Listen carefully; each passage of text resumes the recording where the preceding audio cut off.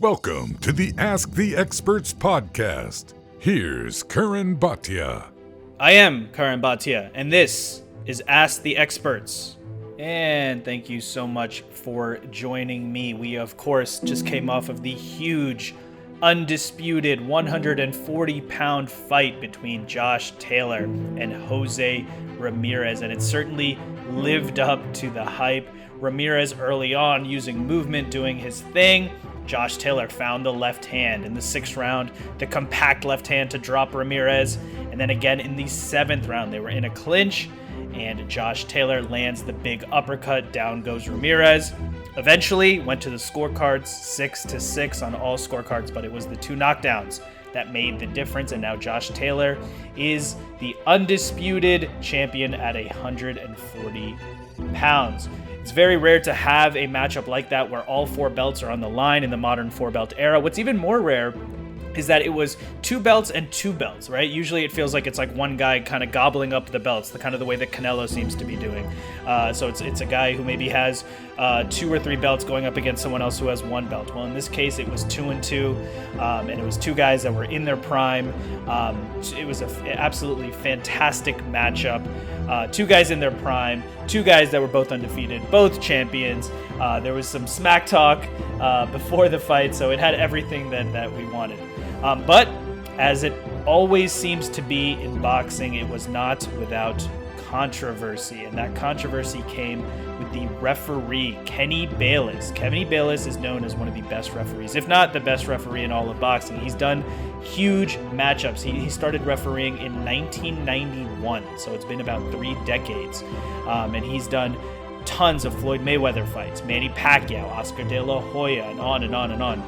And he was given this assignment between Josh Taylor and Jose Ramirez. Now, I mentioned controversy. Well, a lot of people were unhappy, if you read on Twitter, articles, things like that, were unhappy with how much Kenny Bayless was interfering with clinches. I personally felt like he was a little bit too involved in clinches, and I think it's very hard to be a boxing referee. I think you have to make split-second decisions that are actually going to affect the health and safety of fighters, their livelihood, their future paydays, so it's very difficult to do that with the eyes of the world watching you.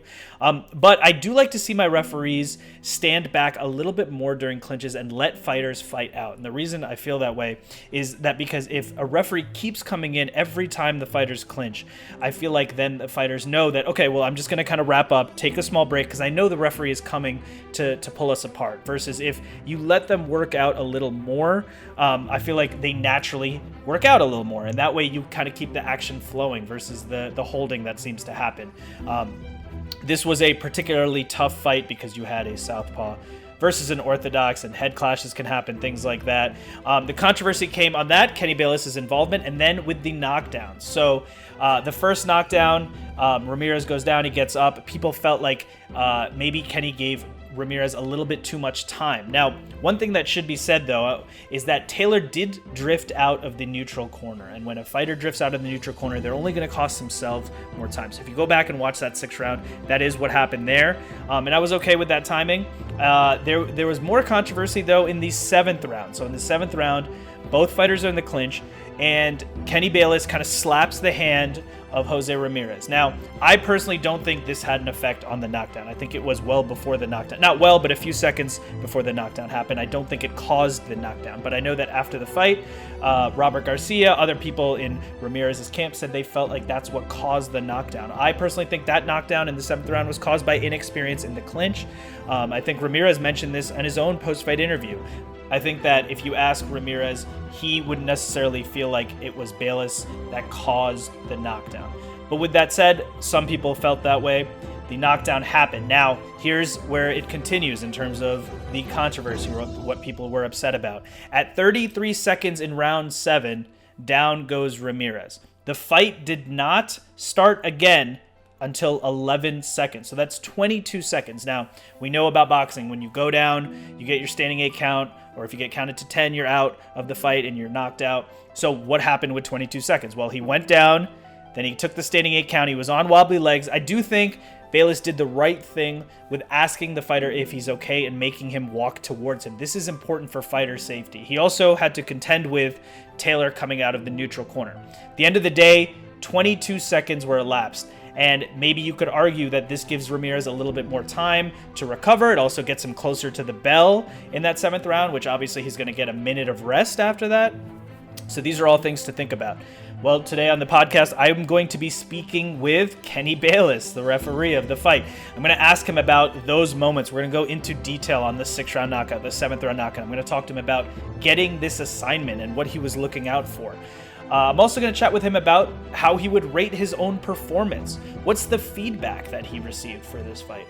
I mentioned that Bayless has been refereeing for quite a long time, over 3 decades now, since 1991. So is he looking at retirement? Is he looking at the end? Does he feel like he's getting a step slower?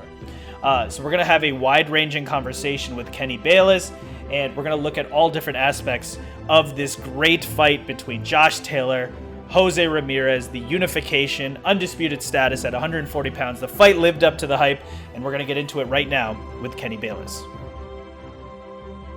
I am Curran Bhatia, and let's ask the experts. I am Curran Bhatia. This is Ask the Experts. Lucky enough to be joined by legendary referee Kenny Bayless. Kenny, we'll talk about the 140-pound undisputed fight. But first of all, how are you doing? How is everything? Everything is good. Everything is good. No complaints. And so, of course, we had the Jose Ramirez versus Josh Taylor fight. It was for all the belts at 140 pounds. We know that this is rare in the 4-belt era to have a unification fight. Even more rare when one fighter has 2 belts and the other one has 2 belts. So it's really a true unification and a true undisputed status. When you first got the assignment, I know you've been assigned a lot of really big fights in your career. What were you thinking when you first got the assignment? Well, with COVID, the last fight that I had refereed was back in February. So, there's you're talking about almost 3 months before I've been back in the ring. So, what I did was I actually went to one of the local gyms and actually got in the ring while fighters were sparring. And just to kind of, get the bugs out because it's been a while since I've been in the ring. And that was something that most of us the officials, referees will do, just stay sharp and be prepared and ready when we get the call. I'm sure it was tough to be out of the ring for some period of time. That probably made you that much more excited to be the third man in the ring again, right? Oh yeah, oh yeah. You always it gets the juices flowing when you get the assignment to do a major title fight, especially when you're talking about uniting all the belts. It just like you said, it doesn't happen that often, and when it does, the next thing for us to do is make sure that we're prepared and ready to go. And with these specific fighters, before the fight happened, I'm sure you do your homework and you're prepared for everything. Was there anything specific that you had planned to look out for in this fight? We know that it was a southpaw versus an orthodox. That can lead to a clash of heads a lot of the time. Anything specific with these fighters that you were looking out for before the fight began? No, not that much. I mean, whenever a righty is fighting a lefty, a southpaw, they're always a little bit of concern because a lot of times what can happen is their lead foot can one can step on the other's foot, and a lot of times when they're exchanging and that happens, one fighter could actually go down from what we would call a slip as opposed to a punch because of his foot being stepped on. So that always presents a bit of a challenge, but we're mindful of it. And other than that, uh, each fighter, we don't have a whole lot to worries or concerns. And with these specific fighters, they definitely did not like each other. There was some back and forth during fight week at fight week events from team members, from the fighters themselves. Were you aware of that at all? And did that come into your thinking at all, that in terms of these fighters and kind of the relationship they had with each other? Yeah, I got wind that they're at the weigh-in, and apparently with the camps that there was some negative energy being displayed, and when I got to the both Ramirez and Taylor's dressing room, I only brought it up for the sake of, well, my expectations were that they be professionals, and let what happened the day before, or anything that happened the days before, something that they, you know, let go, and just concentrate more on being professionals, and doing the right thing in the ring. And they certainly were both professionals, both champions, both undefeated, both in their prime, which is why it was such a enticing, such a good matchup that everyone wanted to see. So the fight began, and like we said, it is Southpaw versus Orthodox. It's two champions that are hungry for a win. What did you notice early on? Obviously these fighters were clinching a lot. Their heads were getting close to each other. What did you notice early on as the third man in the ring?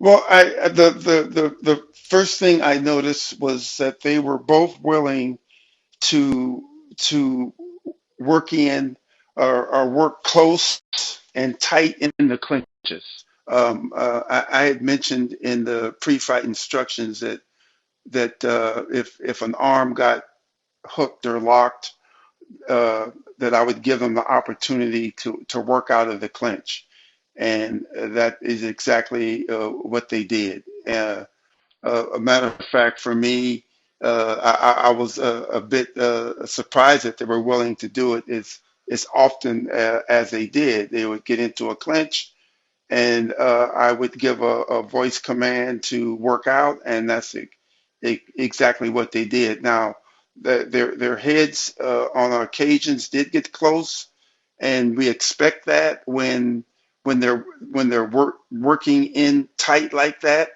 Um, but yeah, they were uh, throwing tremendously hard punches on the inside, which was something that you also have to expect, because they're in tight, and they both were willing to exchange coming in and exiting out. We've seen different referees handle clinches different ways. Some will stand further back and yell instructions such as stop holding or break, things like that. Others will get a little closer and maybe slap the hand down, or kind of remind the fighter that's the hand that's caught. What is your mindset and your approach, both in general and then also specifically for this fight, as the clinches started to happen more and more? Well, th- them breaking out they were doing that just fine. The thing that I had to work on in making sure that the fight was clean was my timing. And what I mean by that is, um, at the time that I feel that they're not going to work out of the clinch, then I will give them the command to stop or break. And my timing has to be spot on, because if I give that command when they decide to throw a punch, then the punch could appear to come after the command. So I made it, and it was very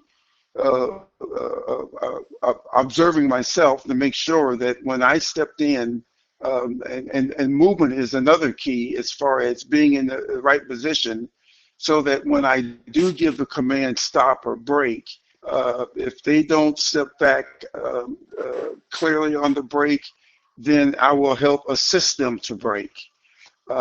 So it's timing, and once I got my timing going, I felt that there wasn't a problem as far as getting them to break. As the fight progressed, and as the fighters start to kind of wear down a little bit, that they're not as eager to fight out of the clinch as they were in the earlier rounds because they're starting to fatigue a little bit.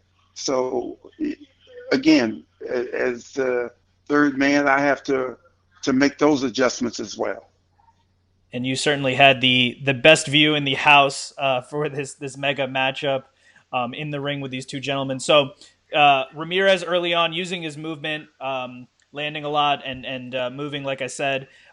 Taylor setting up the left hand, whether it be the straight left hand or the uppercut. And eventually in the sixth round, Taylor did land the compact straight left hand. Ramirez almost fell into him. Definitely a clear knockdown. He popped up fairly quickly, and you gave him the 8 count. There was a moment of cleaning his gloves, but then Taylor was out of the neutral corner, and you seemed to kind of push him back a little bit, clean the gloves again, and then start the action. How do you remember that sequence in the sixth round? Well, in the dressing room, I in my instructions, I said to both fighters that when a fighter goes down, I will motion you or you go to the furthest neutral corner and stay there. And with the excitement of the fight and the fans, when Ramirez went down, what us referees try to do is between the count, look and make sure that the fighter that's in the neutral corner don't drift out because we warned them in the dressing room that if you do drift out, we're going to put you back and you're just going to give your opponent more time to recover.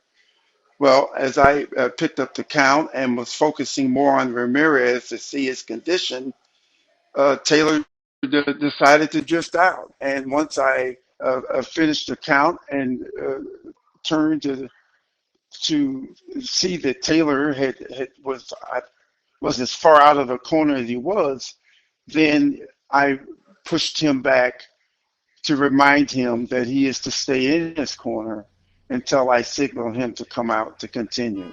And that's exactly what I did. And we've seen some referees send the fighter all the way back to the corner. Did you think about doing that at all? Because Taylor was significantly out of the corner in that round 6. He was almost ready to go, trying to pounce on Ramirez. Did you think about that at all? Well, I did push him back. I didn't at that point in time because I had finished the count to push him all the way back to the neutral corner. I pushed him, I believe it might have been halfway back, but again, that was just to indicate to him that you have to stay in the corner until you're signaled to come out. And as the fight continued, it seemed like Ramirez was getting his legs back under him for the rest of that sixth round. That knockdown happened early in the round, as we said. In the seventh round, with about 33 seconds left, the fighters were in a clinch. I know at one point you came over to tell them to break. You motioned to Ramirez's, or you made a motion to Ramirez's hand because there was a clinch. And as they were in the clinch, Taylor landed the left uppercut, knocking Ramirez down. And when he got up, Ramirez was very wobbly as you gave him the count. I'm just curious about your thought process in that moment. Were you looking to see if Ramirez was okay? Did any part of you think I might have to stop this fight because he is on wobbly legs? What was going through your head in that seventh round? Well, when Ramirez went down, he was in bad shape. And when he got up, he did kind of stumble somewhat, which was a concern to me. But I gave him the full count. And then we all always asked him, well, at least I do, ask him, are you okay? And when a fighter nods that he's okay, then the next thing that we do is we step back and motion him to come to us so that we can see what kind of movement, if his movement is okay, and which by that time it was. So now I'm in a position to decide if I'm going to let it go or not, which I did let it go. But then the next thing that I do in situations like that is I stay or try to stay close enough to the action that if Ramirez is not able to defend himself and he's taking unnecessary punishment, then at that point in time, I would consider stopping the fight. But Ramirez was able to control uh, his footwork. He was able to control what he did with his punches. And at the time that the bell rung, I thought that had gathered himself back up in a way that I could continue to let the fight continue. Now, I did have the doctor did come in between the rounds and check him out, which is something that we do to make sure that the fighter is capable of continuing. And the doctor said that that he could continue. And the timing of it all, we mentioned there was about 33 seconds left when that knockdown happened. Um, Ramirez got up. You gave him the standing 8 count. You asked if he was okay. Taylor, again, was drifting out of the corner, so you gave him a warning. The action started up again with about 11 seconds left. And it seems to be, if you look at some of the comments or things that people have said about this fight, there's a 22-second gap there. Now, there's a reason for that, and that's because the fighter went down, and then after he gets back up, you're checking if he's okay, and you're making sure the other fighter is not drifting too far. What do you think about the timing there? And because it's a very difficult job for a referee, because you need to make sure that this fighter is okay to continue fighting, but at the same time, you don't want this fighter to necessarily get too much time to recover. So how do you feel about, in a situation like that, the 22 seconds that passed by there?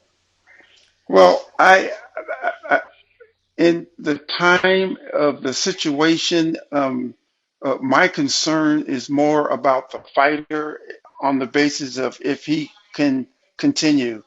And if I have to take a few more seconds to check a fighter out to see if he's capable of continuing, then I'll do it. And as far as the 22 seconds or however long it was, um, I don't have a stopwatch, and I'm not timing how much time anything takes. I'm more concerned about the fighter himself. So once I um, decide that the fighter can continue, then I'm just going to let it go. And if the fighter that's in the neutral corner causes extra time because he didn't, follow my initial directive as far as staying in his corner, then that was something that he was warned about as well. And after the fight, there was members of Ramirez's team who were interviewed and things like that. They mentioned that they felt like part of the reason for that knockdown in the seventh round was when you kind of slapped his hand because they were in the clinch. They felt like that caused it. I just wanted to get your response to some of the things that they've said, that that kind of slapping of the hand that referees do could cause that knockdown. Well, it didn't cause the knockdown on Ramirez because that's a timing motion that referees do as well. In order to keep the action, the flow of the action to keep going, we'll tap their gloves. And that's basically all we're doing is just tapping it, letting them know that they can work their way out of the clinch. Um, when Ramirez went down, it had nothing to do with me pushing his glove to the point that he could not defend himself because he could defend himself at all times. And when Ramirez did get up, we mentioned he was on wobbly legs. I know you go through your process of asking the fighter if he's okay, which I think from a fighter safety perspective is excellent. I think that's a great tool that referees have. I think I've seen you and others also do. They ask a fighter to move this way and that way, and just to make sure they're okay. I think fighter safety is extremely important. I'm just wondering, as a referee, the fact that Ramirez was undefeated and was a champion. Does that ever come to play in your mind? Not necessarily even just in this fight, but just in general. Is that something you're thinking about? That if there is a fighter who may be possibly losing his title, do you want to give him a little bit more of an opportunity than you would to a fighter that maybe has taken some losses or is not a champion? Well, the key thing is, when you get a fight of that magnitude, yes, you want to give him every opportunity to show that he can continue fighting. So in this uh, case, with both of them being undefeated, and the importance of all the belts being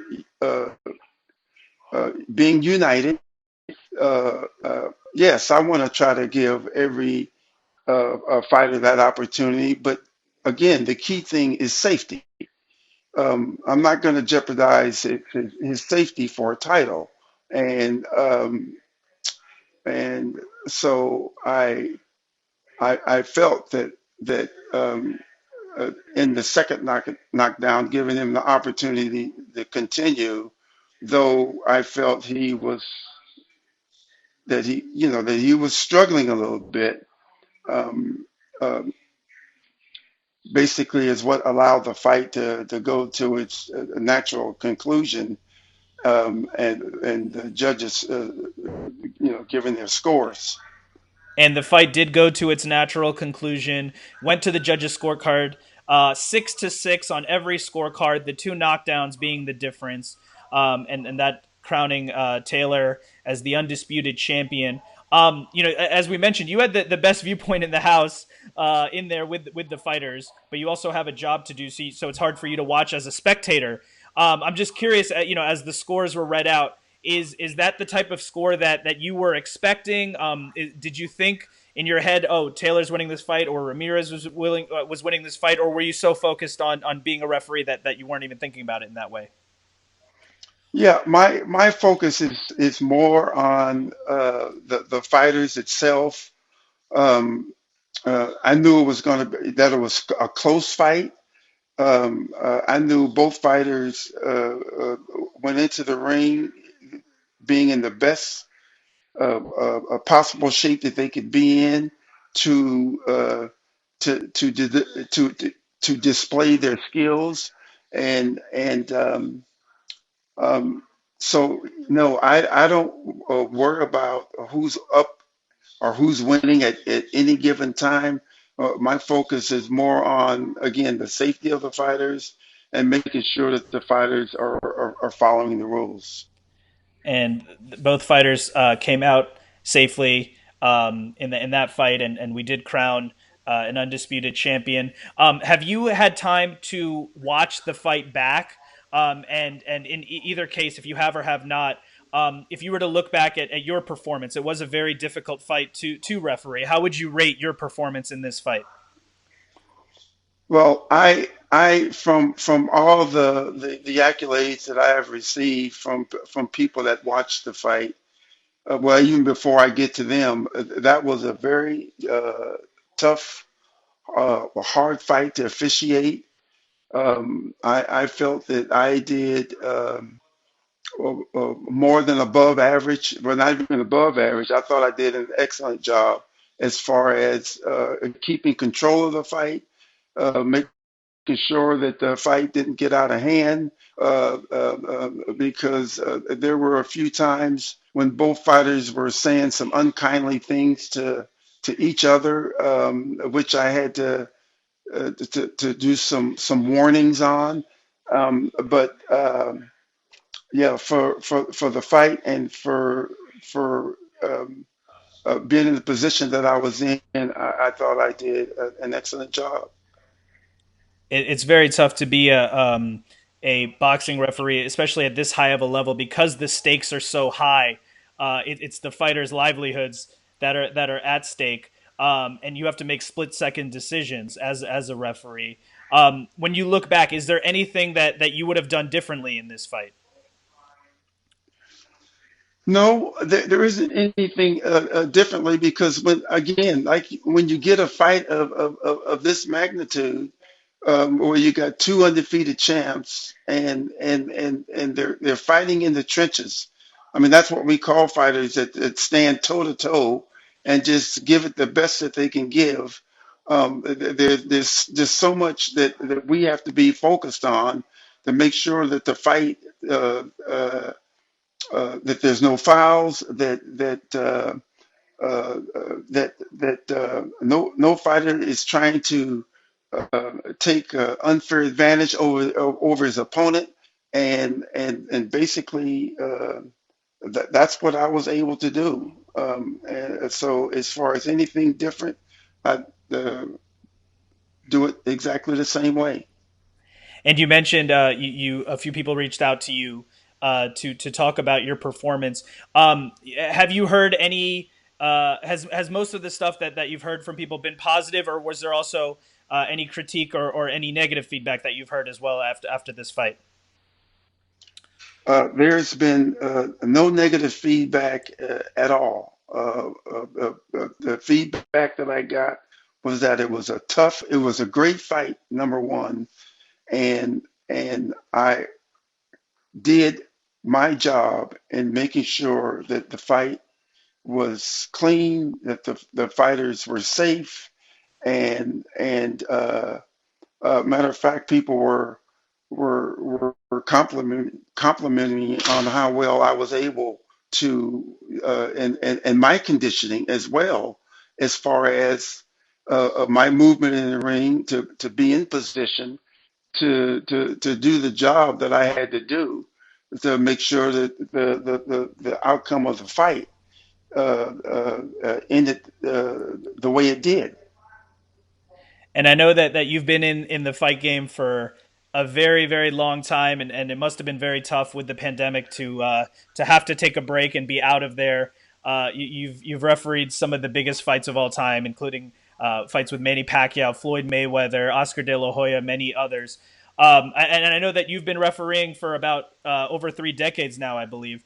Have you ever thought about your future in the in boxing? How long you want to continue being a referee in the sport of boxing? Well, this year is my 30th year as a referee, and I've often thought about how long I was going to be in the game. And as of now, my work is clean. My work, like I said, I continue to get compliments on how well I do in the ring. And at this point in my career, um, I'm looking at it year by year now. If if I can continue to officiate at this high level without any problems of any type, then come next year I'll reapply uh, as a referee. And again, it's just taking it year by year. And I guess when that time comes that I feel that it's time for me to retire, then I'll do so. We saw you in 2020 before the pandemic for the big Deontay Wilder versus Tyson Fury rematch, and I know you did some fights before this most recent big fight, but this was a huge fight between Taylor and Ramirez. When do you think we'll see you back in the ring next? Well, there is a fight card this weekend, which I haven't or I wasn't assigned. But next month, the month of June, I believe we have 3 fight cards. The assignments have not come out yet, but I'm sure of the 3 fight cards that we got coming up that I'll be working. Um, um, as far as how big the fights are, I don't know yet, because when the commission decides who's going to work and what card they're going to work at, that's when we get notified. So the commission was pleased with my work last Saturday, like they have been in my past or my past work. They've been satisfied with it. So again, I just continue to stay on my A game, do what I need to do to be in shape and follow suit with what I need to do to be at the top of my game. Kenny Bayless, I want to thank you so much for the time, for breaking down the big fight that you just refereed, and I'm sure that we'll see you out there again soon. You're welcome, and thanks for having me on your show. And that brings us to the end. Thank you so much for joining me, and thank you to my guests. If you want to follow us, you can follow at ATE_podcast. That's on Instagram and Twitter. If you want to follow my personal channels, it's at CurranBhatia on Instagram and Twitter. That's at Curran Bhatia on Instagram and Twitter. Please subscribe on YouTube, youtube.com/Curran Bhatia.